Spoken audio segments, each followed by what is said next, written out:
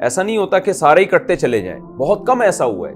اور ایسا بھی نہیں ہوا کہ اتنی بڑی قومیں، یہ پہلی جنگ عظیم اور دوسری جنگ عظیم میں بہت زیادہ لوگوں کا نقصان ہوا، لیکن اتنی بڑی بڑی جنگیں جو تلواروں سے نہیں تھی، بموں سے تھیں، توپوں سے تھیں، اس میں بھی دنیا کی آبادی کا 1% بھی ہلاک نہیں ہوا ہے، پوری دنیا کی آبادی کا.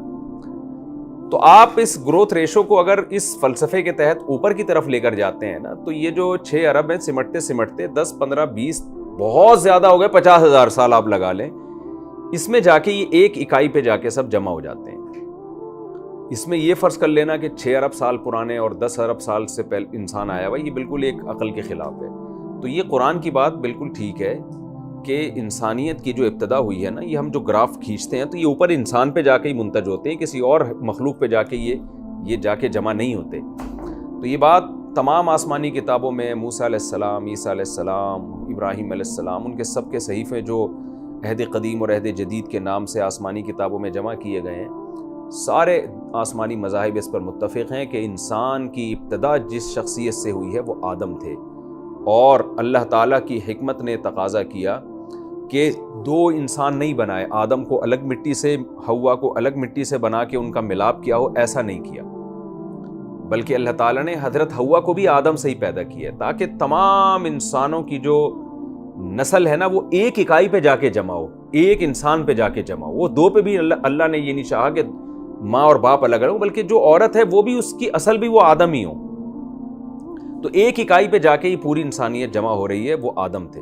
اور اللہ نے پھر اس آدم کو پروٹوکول دیا، اور یہ بتانے کے لیے کہ یہ اصل میں آدم کو نہیں بلکہ آدمیت کو، انسانیت کو عزت دی جا رہی ہے، انسانیت کو پروٹوکول دیا جا رہا ہے. قرآن اس واقعے کو بہت اہتمام سے بار بار بیان کرتا ہے. وَلَقَدْ خَلَقْنَاكُمْ، تحقیق ہم نے تمہیں بنایا، ثُمَّ صَوَّرْنَاكُمْ، پھر ہم نے تمہیں صورت دی. یہ جو ثم قرآن میں آتا ہے یہ تعقیب ذکری کے لیے بھی ہوتا ہے. ذکر کا مطلب یہ کہ یہ ضروری نہیں ہے کہ پہلے تخلیق کی ہو، صورت بعد میں بنائی ہو، بلکہ صرف تذکرہ صورت بنانے کا بعد میں ہو رہا ہے. یعنی اللہ نے تخلیق کا ذکر پہلے کیا اور صورت بنانے کا ذکر بعد میں کیا. کام یہ دونوں ساتھ ساتھ ہوئے ہیں، کیونکہ تخلیق اور تصویر یہ دونوں ایک ساتھ کام ہو رہے ہیں.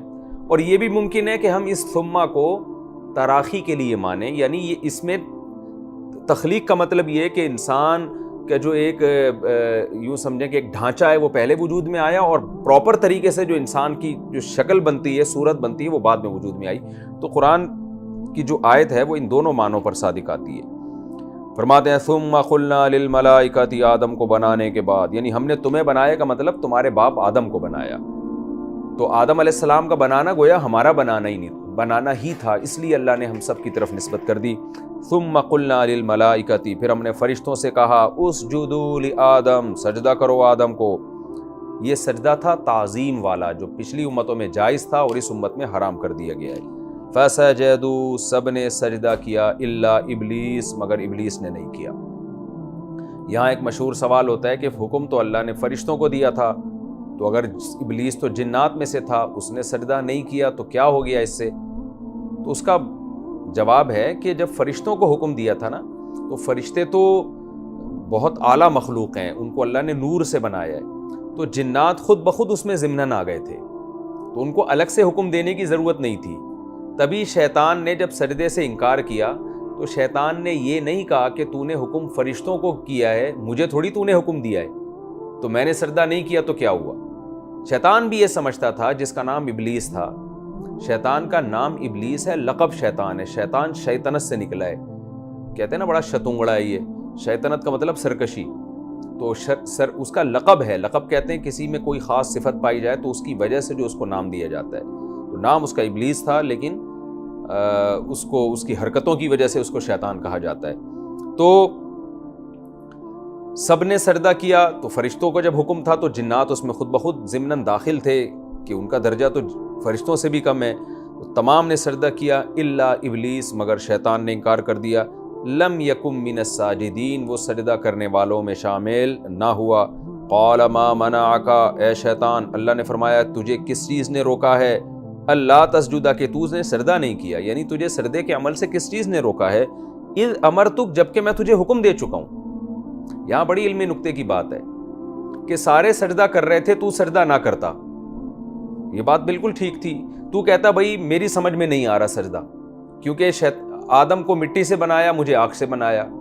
تو یہ بات لاجک کی حد تک صحیح ہو سکتی تھی، لیکن بات یہ ہے اذ امرتک، جب میں نے تجھے آرڈر کر دیا ہے تو اب تیرے پاس کیا عذر ہے سجدہ نہ کرنے کا؟ اس لیے کہ جب اللہ کا حکم آ جائے تو پھر جو اللہ کی مخلوق ہے اس کو چون و چرا کرنے کی اجازت نہیں ہے. وہ پھر اللہ سے کویشچن نہیں پوچھ سکتے کہ اللہ کیوں. تو یہ بہت اہم پوائنٹ کی بات ہے کہ شریعت جب ہمیں کوئی حکم دیتی ہے نا، آرڈر دیتی ہے، تو اگر ہمیں یہ معلوم ہے کہ یہ حکم اللہ کا ہے تو پھر مسلمان کو اس میں کیوں کی اجازت نہیں ہے کہ خدا نے یہ حکم ہمیں کیوں دیا ہے. عورت کہے کہ مجھے پردے کا حکم کیوں دیا، میرا دل تو صاف ہے. مردوں کو چاہیے کہ وہ اپنی نظروں کو پاک رکھیں.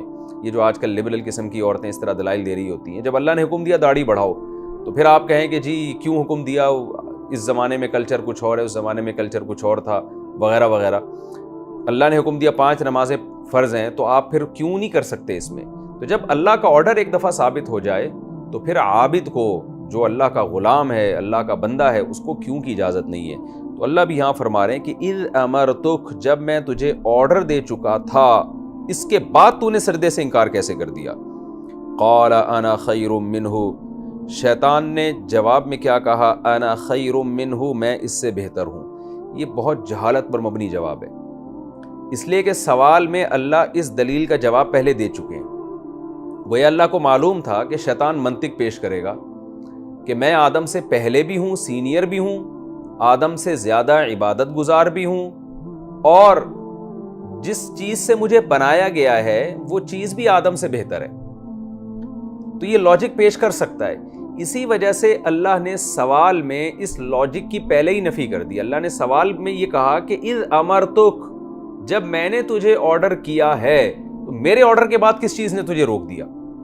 یہ اللہ کا جو کلام ہے نا، یہ اس میں یہ جو اذ امرتک کے لفظ کو ایڈ کیا گیا ہے، یہ ایڈیشن تھی ہی اس وجہ سے کہ اللہ شیطان کے لیے تمام قسم کے دلائل کا راستہ بند کر رہے تھے کہ خدا کے حکم کے بعد تجھے اجازت نہیں ہے کہ تو یہ کہے کہ میں بہتر ہوں. لیکن شیطان نے وہی جہالت کی اور گویا اللہ کے حکم کو ویلیو نہیں دی. اس نے، شیطان نے یہ نہیں کہا کہ اے اللہ تیرا حکم تھا مگر میں سمجھا تھا کہ صرف فرشتوں کو حکم ہے، تو نے صراحتاً مجھے تو آرڈر نہیں کیا. یہ نہیں کہا شیطان نے، بلکہ شیطان نے وہی جہالت کی کہ اس نے دلائل دینا شروع کر دیے.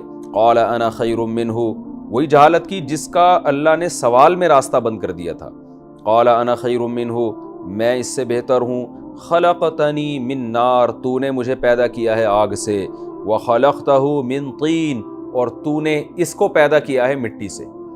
دیکھیں یہ مان بھی رہا ہے کہ یہ بھی اللہ نے کیا ہے، تو خود یہ دلیل کتنی غلط ہے کہ بھئی اگر تجھے آگ سے پیدا کیا ہے تو خود تھوڑی تو آگ سے پیدا ہوا ہے، یہ بھی تو اللہ نے کیا ہے نا. تو جس اللہ نے آگ سے تجھے پیدا کیا اس اللہ کا احسان ہے، تو اس کے احسان کا تقاضا یہ ہے کہ اللہ جو تجھے کہہ رہا ہے وہ تو کر. یہ ایسا ہی ہے کہ جیسے ایک شخص کسی فقیر کو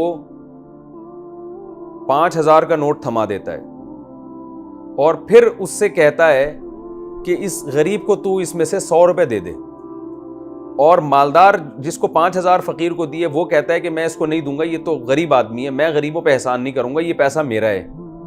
تیرے پاس کہاں سے آیا؟ وہ اعتراف کر رہا ہے کہ تو نے دیا ہے.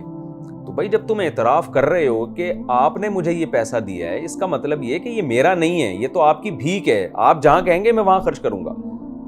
تو آپ دیکھیں تکبر کی وجہ سے شیطان کا کیسا دماغ خراب ہوا کہ وہ اللہ سے کہہ رہا ہے خلقتنی، اعتراف کر رہے تو نے مجھے آگ سے بنایا، تو یہ تو تیرا احسان ہے. اگر تو نے مجھے اچھی چیز سے بنا دیا تو احسان کا تقاضا تو یہ ہے کہ تو جہاں کہے گا میں وہاں سجدہ کروں گا. لیکن انسان کی عقل تکبر سے، حسد سے، جیلسی سے خراب ہو جاتی ہے. خلقتنی من نار، تو نے مجھے آگ سے بنایا. وخلقتہ من طین، اور تو نے اس کو مٹی سے بنایا. قال، اللہ نے فرمایا فاہبط منہا، تو پھر یہاں سے اتر جا. حبوط کہتے ہیں بلندی سے پستی کی طرف آنا. تو چونکہ اللہ کے دربار سے نکلنا یہ بلندیوں سے پستی کی طرف آنے کے مترادف ہے، اس لیے اللہ نے اس کے لیے حبوط کا لفظ استعمال کیا کہ تو بلندی سے ذلت کی طرف چلا جا، نکل جا یہاں سے. دیکھیں یہاں اللہ نے بھی اس کی دلیل کا جواب نہیں دیا کہ ہاں یہ میں مانتا ہوں کہ جی میں نے تجھے آگ سے پیدا کیا اور اس کو میں نے مٹی سے پیدا کیا، لیکن چونکہ میرا آرڈر ہے تو احسان کا تقاضا یہ ہے کہ میرے آرڈر کو تو پورا کر. یہاں اللہ نے جواب نہیں دیا اس لیے کہ جو بات بہت واضح ہوتی ہے نا اس کے جواب دے کر اس کو پیچیدہ نہیں بنایا جاتا۔ اللہ نے فرمایا فاہبط منہا، فا یہ نتیجے کے لیے کہ تیری اگر یہ سوچ ہے، فاہبط تو نکل جا یہاں سے، یہ فا کا معنی ہوتا ہے اردو میں تو سے، فاہبط منہا نکل جا یہاں سے، فما یکون لک نہیں ہے تیرے لیے یہ بات، ان تتکبر فیہا کہ اس مقام پہ رہ کے تو تکبر کر، تو اپنی بڑائی بیان کر رہا ہے میرے سامنے، فخرج نکل جا یہاں سے، انک من الصاغرین تو ذلیل لوگوں میں شامل ہو چکا ہے، صاغر صغر سے نکلا ہے، تو رسوا لوگوں میں ہے، ذلیل لوگوں میں، نکل جا یہاں سے۔ اب دیکھیں اتنی سخت سزا کھانے کے بعد شیطان کو عبرت حاصل ہونی چاہیے تھی کہ میرا پالن ہار جس نے مجھے بنایا ہے، اس نے مجھے حیات اور زندگی دی، وہ بہت غضب میں ہے، مجھے سوری کر لینی چاہیے، مجھے اپنی ندامت اور غلطی کا احساس ہو جانا چاہیے، اس لیے کہ خدا کبھی بھی غلط نہیں ہو سکتا، مخلوق غلط ہو سکتی ہے۔ لیکن یہاں شیطان کیا کر رہا ہے؟ بجائے معذرت کرنے کے وہ بھی لڑائی پہ اترا ہوا ہے۔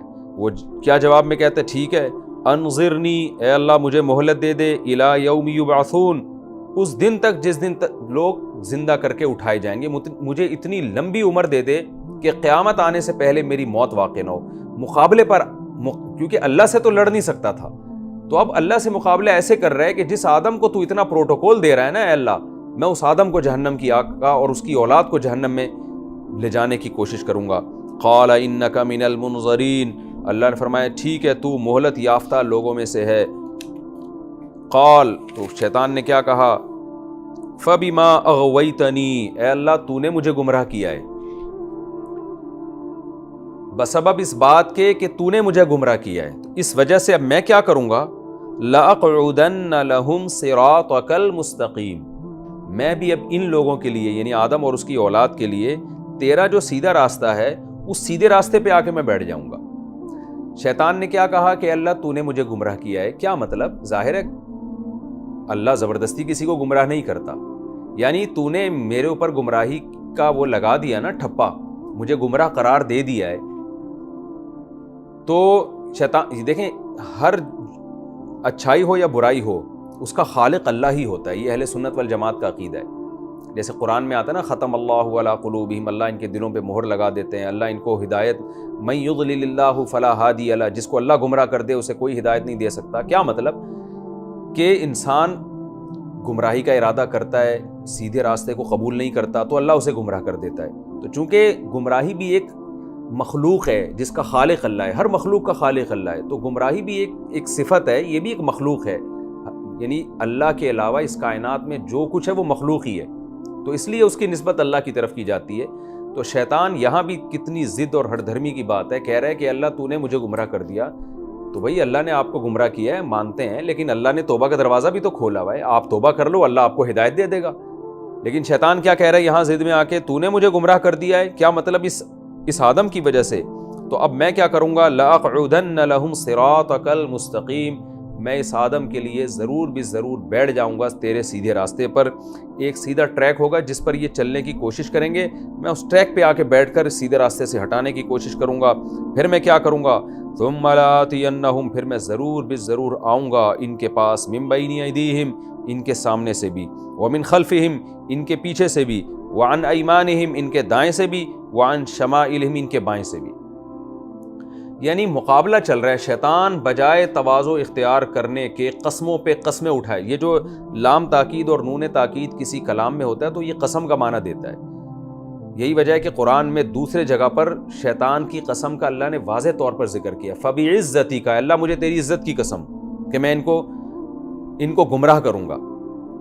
تو یہاں بھی شیطان بجائے تواضع اختیار کرنے کے کہ اللہ کے غضب کی وجہ سے کچھ کمی پیدا کرے اپنے انتقام کے جوش میں، توبہ کرے، یا توبہ نہیں کر سکتا تو کچھ لب و لہجے میں نرمی پیدا کرے، لیکن حسد کی آگ اور تکبر انسان میں تواضع پیدا کرنے کے بجائے اس کو مزید جرائم پر اکساتا ہے۔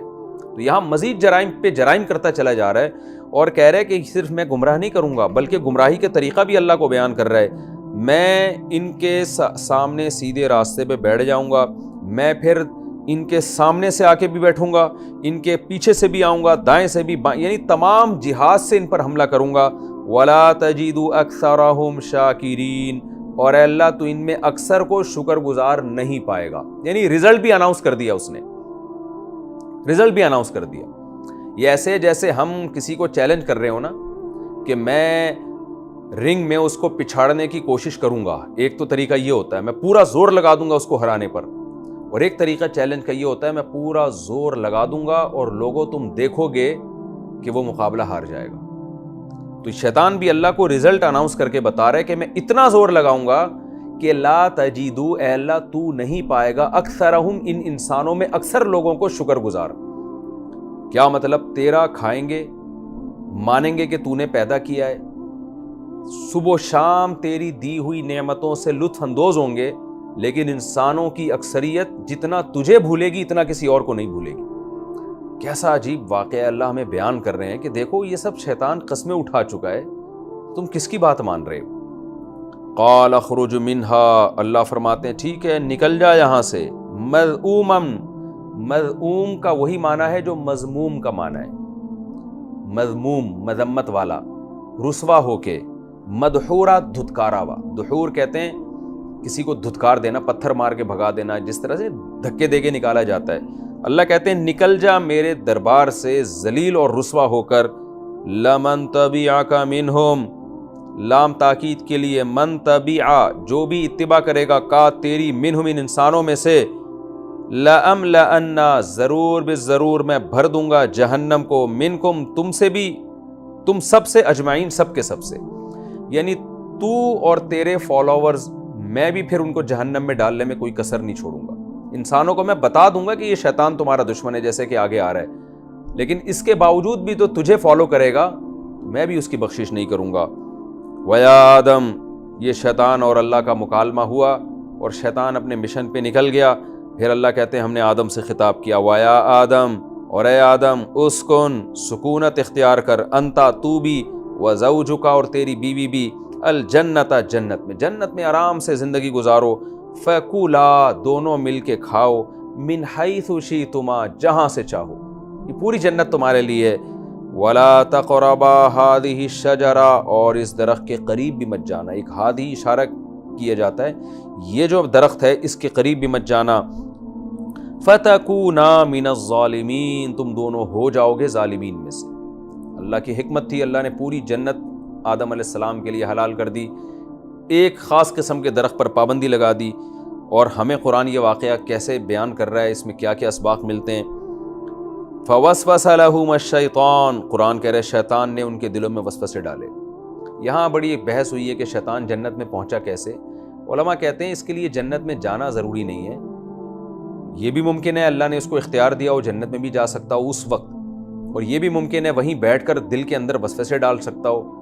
تو یہ دونوں باتیں ممکن ہیں عملاً. بہرحال شیطان نے ان کے دلوں میں وسوسے ڈالنا شروع کر دیے.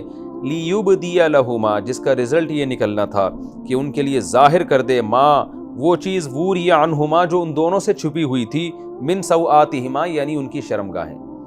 میاں بیوی کے لیے ایک دوسرے سے پردہ نہیں ہوتا, لیکن نارملی میاں بیوی بھی ایک دوسرے سے اپنی شرمگاہ کو چھپاتے ہیں, اور نارمل کنڈیشن میں بھی میاں بیوی اس میں حیا محسوس کرتے ہیں کہ ایک دوسرے کے سامنے بے لباس ہو کے بیٹھیں جیسے کہ کلچر ہے ہمارا. تو یہ انسان کی حیا کا تقاضا ہے. ویسے تو میاں بیوی کے لیے حلال ہے ایک دوسرے کے سامنے بے لباس ہونا, لیکن نارمل کنڈیشن میں ایسا ہوتا نہیں ہے اور اس کو حیا کے خلاف سمجھا جاتا ہے, اور قرآن بھی اسی کو اپریشیٹ کرتا ہے. تو تاکہ ان کے سامنے ظاہر کر دے جو شرمگاہ وہ ایک دوسرے سے چھپا رہے ہیں. وَقَالَ مَا نَهَاكُمَا رَبُّكُمَا اور شیطان نے ان سے آ کے یعنی دل میں وسوسے ڈالے. اور کیا وسوسے ڈالے؟ مَا نَهَاكُمَا رَبُّكُمَا تم دونوں کے رب نے تم دونوں کو نہیں روکا, عن هذه الشجرة اس درخت سے, الا ان تکونا ملکین مگر صرف اس لیے کہ تم دونوں فرشتے بن جاؤ گے, او تکونا من الخالدین یا تم دونوں ہمیشہ رہنے والوں میں سے بن جاؤ گے. وسوسے کیا ڈالے شیطان نے؟ بار بار آ کے آدم اور حوا کے دل میں یہ بات ڈالتا رہا کہ اللہ نے پوری جنت میں ہر طرف سے کھانے پینے کی اجازت دے دی ہے, اس درخت سے منع کیا تو یقیناً اس میں کوئی خاص چیز ہوگی, کوئی خاص بات ہوگی کہ جس کے کھانے سے کچھ انسان جو ہے وہ کوئی خاص فائدے کی بات ہوگی. یہ انسان کی عادت ہے, جس چیز سے روکا جاتا ہے نا وہ اسی کا حریص ہوتا ہے. تو شیطان نے دل میں وسوسہ ڈالا, ہاں بھائی وہ خاص بات یہ ہے کہ اس کے کھانے سے نا تم پر موت ختم ہو جائے گی. اتنی خوبصورت جنت تم ہمیشہ ہمیشہ رہو گے اس میں اور فرشتوں کی طرح بن جاؤ گے. فرشتے بننے کا مطلب جیسے فرشتوں پہ موت نہیں آتی تم بھی ایسے ہی بن جاؤ گے. تو اب کیا ہوا ہے؟ وقاسمہما، اور دونوں سے قسمیں اٹھانے لگا، انی لکما لمن الناصحین، بے شک میں تمہارے خیر خواہوں میں سے ہوں. دیکھیں شیطان انسانی شکل میں آ کے نہیں قسمیں اٹھاتا، بلکہ یہ بھی وسوسے ڈالتا ہے کہ یہ جو یعنی اس کی قسموں کا مطلب یہ ہے کہ آپ کے دل میں جو یہ وسوسہ آ رہا ہے نا کہ یہ گناہ کرنے میں مجھے فائدہ ہے، تو وہ اتنی تاکید سے وسوسہ آتا ہے کہ جیسے جو آدمی پہلی دفعہ ہیروئن پیتا ہے یا نشہ کرتا ہے تو شیطان کیا وسوسہ ڈالتا ہے؟ پہلے تو انسان کا ضمیر ملامت کرتا ہے، بھائی دیکھو چرسیوں کا حال دیکھو، ہیروئنچیوں کا حال دیکھو کیا ہو رہا ہے. شیطان دل میں جا کے وسوسہ ڈالتا ہے کہ نہیں تم ایک دفعہ ٹرائی کر لو، 2 دفعہ پی لو، کوئی بھی گناہ ہو اسی طرح ہی ہوتا ہے. پھر ایک وسوسے کا درجہ ہوتا ہے اتنا زبردست وسوسہ آتا ہے کہ انسان سمجھتا ہے کہ میں یہ نشہ نہ کر کے گویا غلط کر رہا ہوں. تو یہ وہ کیفیت ہے جس کو قرآن قسموں سے تعبیر کر رہا ہے، کیونکہ جب کوئی قسم اٹھا کے کوئی بات کرتا ہے نا تو ہمیں یقین آ جاتا ہے. تو شیطان بھی بعض دفعہ اتنے پاورفل وسوسے ڈالتا ہے کہ گویا شیطان قسمیں اٹھا اٹھا کے کہہ رہا ہوتا ہے کہ تم یہ کام کر لو. بالکل یہی کنڈیشن آدم اور حوا علیہ السلام کے ساتھ کی کہ یہ جو ان کے دل میں جو خیال آنے لگے کہ بھئی اگر ہم اس درخت سے کھائیں گے تو ہمیشہ زندہ رہیں گے، اس وجہ سے اللہ نے ہمیں اس سے روکا ہے، یہ اتنی تاکید کے ساتھ وسوسے دل میں آنے لگے کہ یعنی ان کو یقین ہو گیا کہ یہ کھانے میں ہمارا بہرحال فائدہ ہی فائدہ ہے. تو اس پاورفل وسوسے کو قرآن اس انداز سے تعبیر کر رہا ہے. فَدَلَّاهُمَا بِغُرُورٍ، شیطان نے دھوکے کے ساتھ ان کی رہنمائی کی، یعنی یہ غلط وسوسے تھے. فَلَمَّا ذَاقَ الشَّجَرَ، پس جب دونوں نے درخت سے چکھا، بَدَتْ لَهُمَا سَوْآتُهُمَا، دونوں کی شرمگاہیں ایک دوسرے کے لیے ظاہر ہو گئیں.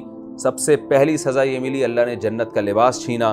وَطَفِقَا يَخْصِفَانِ عَلَيْهِمَا مِنْ وَرَقِ الْجَنَّةِ، اور شرم کی وجہ سے جنت کے درختوں کے پتوں سے اپنے جسم کو ڈھانپنا شروع کر دیا انہوں نے. یہاں ایک بڑا مسئلہ ہے کہ دیکھیں اہل سنت والجماعت کا اس بات پر اجماع ہے، اس پر قرآنی آیات احادیث شاہد ہیں کہ پیغمبر سے گناہ نہیں ہوتا، اجتہادی خطا ہوتی ہے. تو تمام مفسرین جتنے بھی معتبر ہیں وہ یہاں متفق ہیں کہ یہاں آدم علیہ السلام سے اجتہادی خطا ہوئی ہے. وہ اجتہادی خطا کیا ہے؟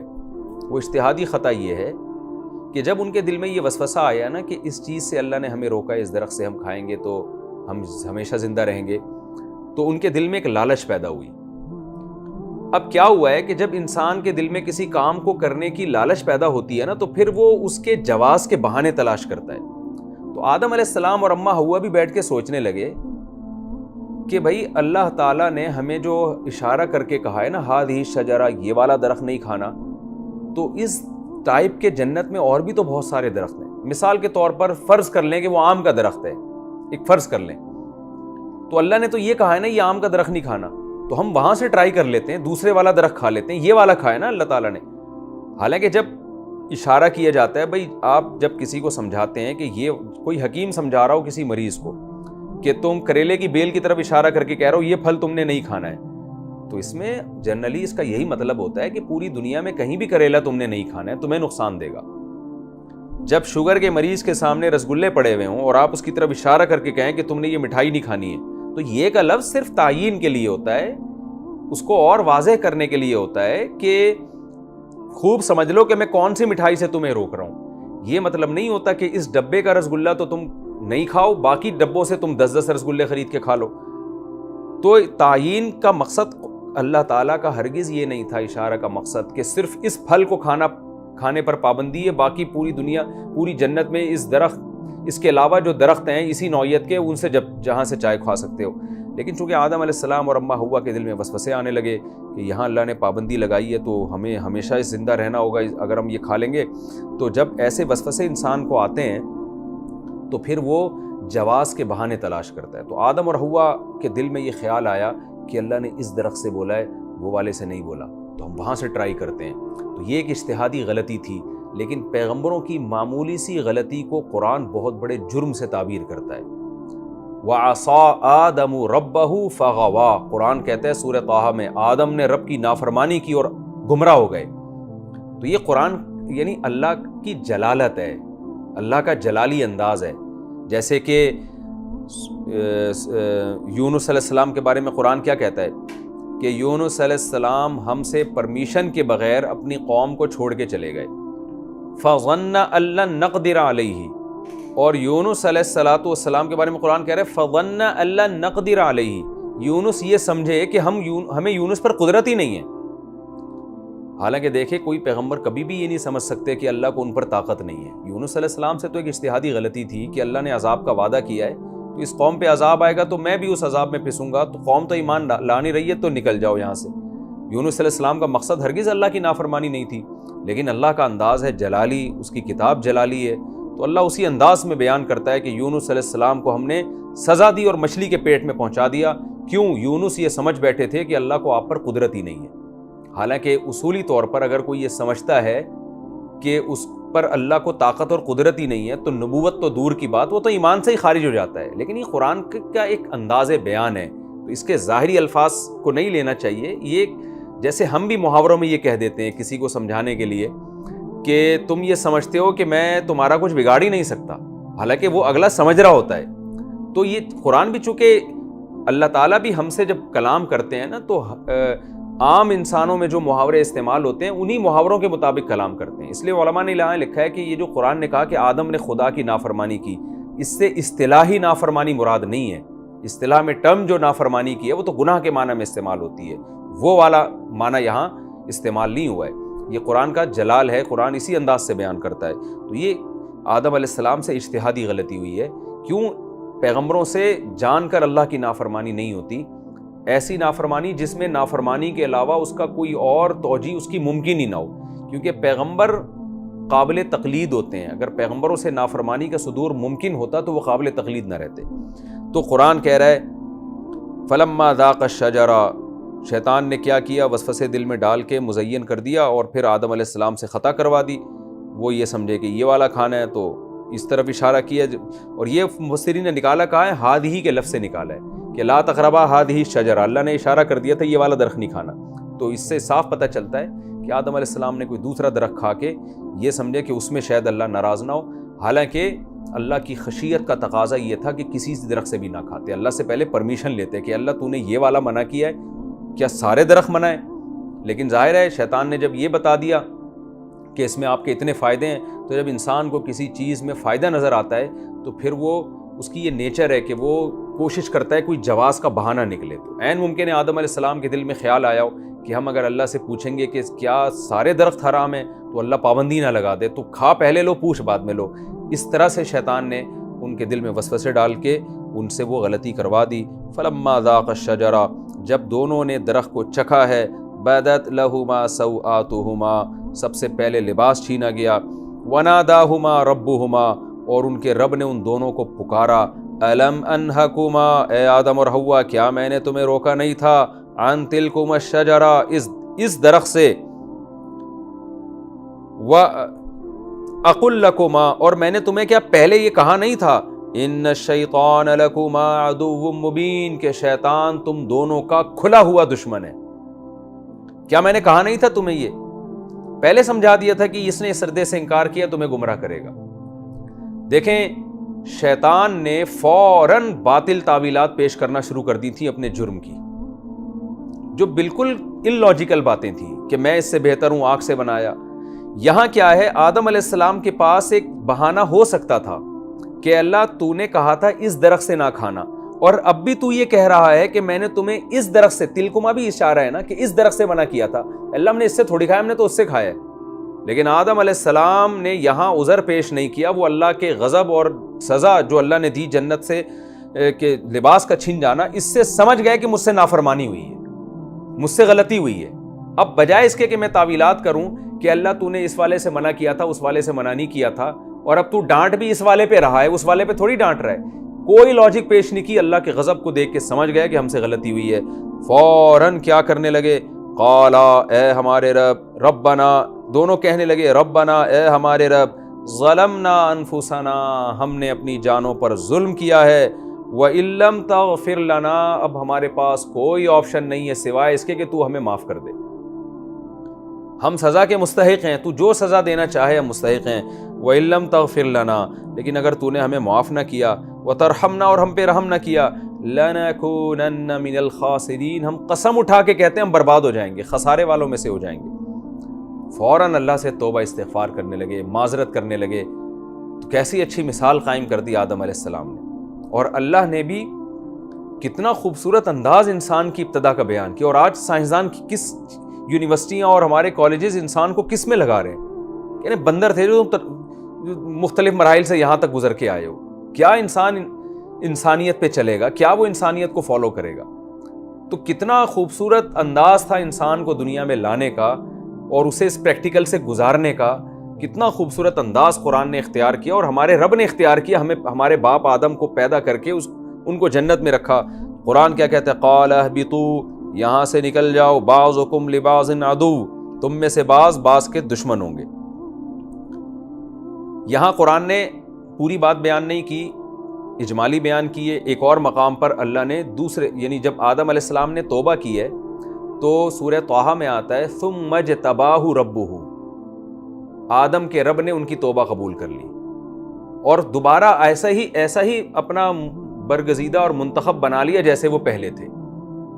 وہدا، اور پھر ان کی صحیح رہنمائی کی، آئندہ ان سے ایسی غلطی نہیں ہوئی، یعنی اللہ نے ہونے نہیں دی ان سے ایسی غلطی کبھی، یعنی ان کی ایسی تربیت ہو گئی کہ اب آئندہ انہوں نے اس طرح کی اجتہادی غلطی بھی نہیں کی۔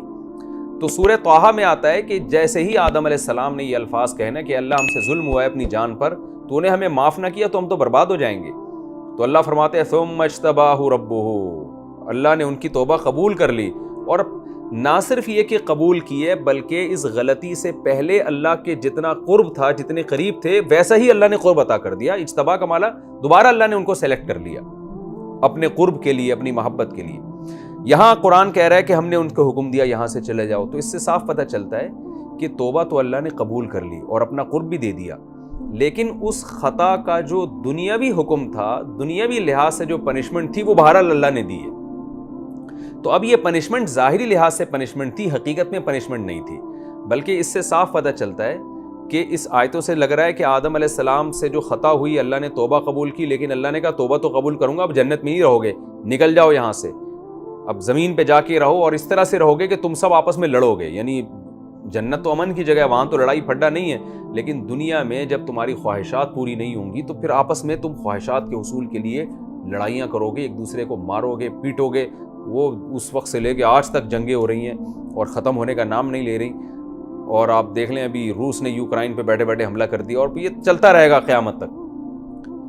تو یہ اس سزا کا نتیجہ نہیں ہے، یہ اس غلطی کا نتیجہ نہیں ہے، بلکہ دنیا میں تو اللہ کو اتارنا تھا۔ اللہ کو پتا تھا آدم علیہ السلام سے خطا ہوگی، لیکن اللہ اس پروسیس سے گزار کے اتار رہے ہیں، اور یہ بتانے کے لیے کہ میں نے تمہاری توبہ قبول کر لی ہے، جیسے کہ سورہ طٰہٰ میں، لیکن اس کی یہ دنیاوی اثر بہرحال مرتب ہوگا کہ اس کے نتیجے میں اب میں تمہیں دنیا میں بھیجوں گا اور تمہیں اب آزمایا جائے گا۔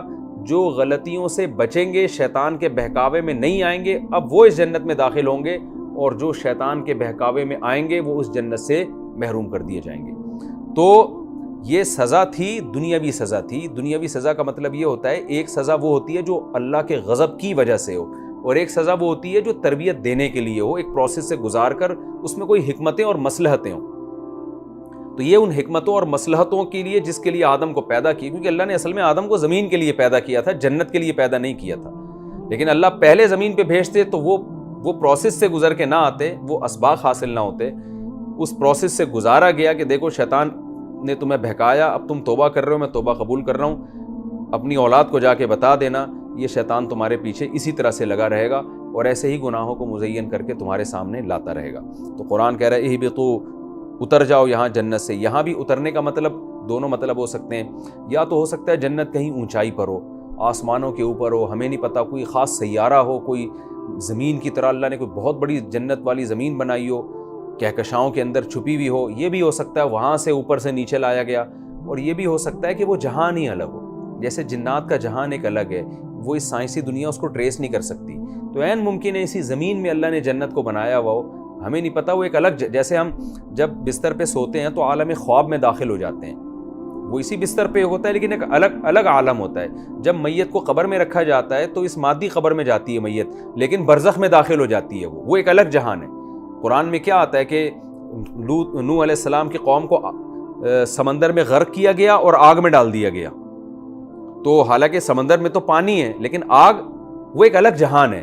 تو یہ بھی ممکن ہے کہ جنت ایک الگ جہان میں ہو, تو اللہ نے وہاں سے اتارنے کا مطلب بلندی سے پستی کی طرف, یعنی معنوی طور پہ بلندی, کیونکہ جنت بہرحال خوشنما ہے, خوبصورت ہے, اور زمین اس کے مقابلے میں ہیچ ہے. تو اس معنوی طور پر یہ گویا ایک قسم کی پستی ہے. تو جیسے شیطان کو اللہ نے کہا دربار سے نکل جا, تو بلندی سے پستی کی طرف آیا, تو آدم علیہ السلام بھی جب جنت سے اس جہان کی طرف آئے, چاہے وہ جنت اسی زمین پہ ہی کیوں نہ ہو, تو اس جہان کی طرف آنے کو بلندی سے پستی کی طرف آنے سے تعبیر کیا ہو. وَلَكُمْ فِي الْأَرْضِ مُسْتَقَرٌ, دو باتیں ہوں گی, بَعْضُكُمْ لِبَعْضٍ عَدُوٌّ, تم میں سے بعض کے دشمن ہوں گے, وَلَكُمْ فِي الْأَرْضِ مُسْتَقَرٌ, اور اب تمہارا زمین میں ایک ٹھکانہ ہوگا, وَمَتَاعٌ إِلَىٰ حِينٍ, اور ایک خاص وقت تک فائدہ اٹھانا ہے, تم نے زمین کی نعمتوں سے لطف اندوز ہونا ہے ایک خاص حد تک. قَالَ فِيهَا تَحْيَوْنَ وَفِيهَا تَمُوتُونَ, یہیں تمہاری حیات ہوگی, یہیں تمہاری موت ہوگی, وَمِنْهَا تُخْرَجُونَ, اور یہیں سے تم قیامت کے دن اٹھائے جاؤ گے.